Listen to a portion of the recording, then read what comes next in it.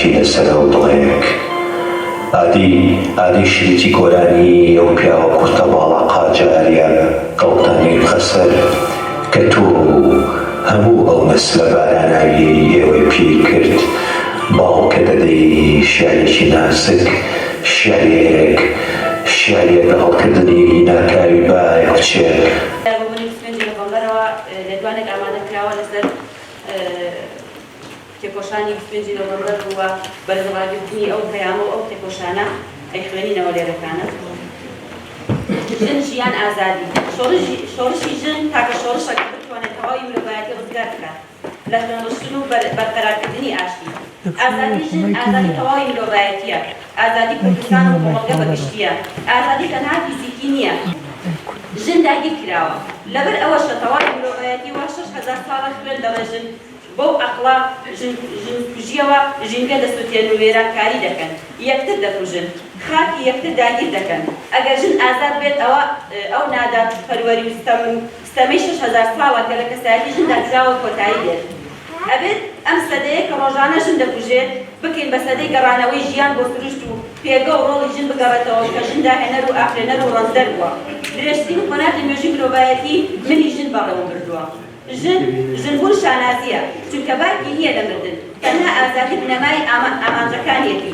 هەمیشە ئەیەوێت هاوسەنگی ڕاگرێت لە نێوان خێزان و خۆی دەکاتە قوربانی بۆ باشترکردنی ژیانی خێزان و کۆرپەکانی.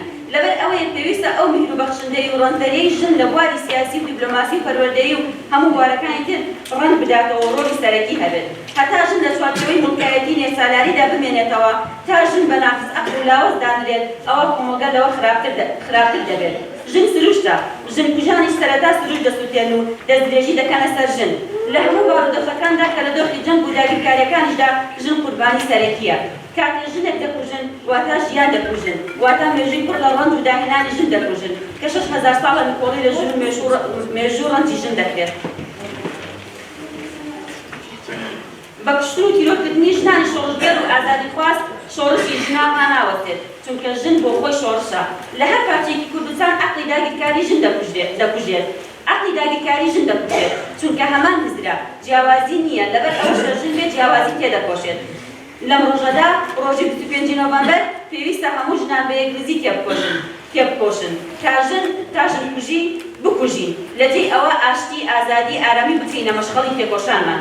شۆڕشی ژینا ئەمینی و ئامانجەکانی ناگیهان ئاکاستیر بکەینە هەوێنی سەرکەوتن بۆ ئازادی و پێکەوە ژیان و خۆبوون. با خۆمان بین، با پشت بە یەکتر ببەستین، دوور لە هەر دژایەتیک و ناکۆکیەک.